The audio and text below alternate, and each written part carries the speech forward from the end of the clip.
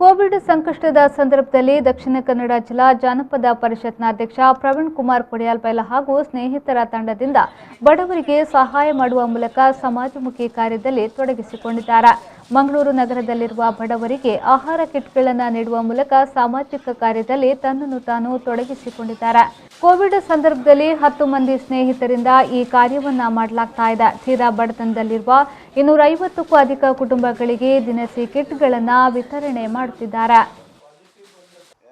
ಈ ಕೊರೋನಾದ ಈ ಕಷ್ಟದ ಸಮಯದ ಕೆಲವು ಪಾಪದ ಜವನಿಯರಿಗೆ ಪಾಪದ ಇಲ್ಲದಕ್ಕೆ ಪೂರ ಒಟ್ಟು ಸೇರಿದಂಗೆ ಒಟ್ಟುಗೂಡ್ದು ಹೆಂಗೆ ಒಂದು 10 ಫ್ರೆಂಡ್ಸ್ನಾಗ ಪೂರ ಒಟ್ಟು ಸೇರಿದು ಒಂದು ಆಲೋಚನೆ ಮಾಡ್ತಾ ಹಿಂಗೆ ಈ ಕೊರೋನಾ ಟೈಮು ಪಾಪದಕ್ಕೆ ಕೊರೋನಾ ಬಂದಿನ ಒಂದು ಸೇರಿದು ದಾದ ಮಲ್ಪುಗ ಒನಸು ಕೂಡ ನಾವು ಇಲ್ಲ ಹಾಕೊಂಡು ಅದಕ್ಕೆ ಪೂರ ಸೇರಿದು ಒಂದು ಅರಿ ಎಣ್ಣೆ ಮುಂಚಿ ನೀರುಳ್ಳಿ ಅವನ್ನ ಪೂರ ಸೇರಿಸೋದು ಒಂದು 10 ನಮ್ಮನೆದ ವಸ್ತುಗಳನ್ನು ಪೂರ ಒಟ್ಟು ಮಲ್ತದ್ದು ಪಾಪದಕ್ಕೆ ಇಲ್ಲ ಕೊರ್ಕ ಬಂದು ಒಂದು ಆಲೋಚನೆ ಮಾಡ್ತಾ ಅಂಚೆ ಪೂರ ಎಲ್ಲ ಸೇರಿನಕ್ಕೆ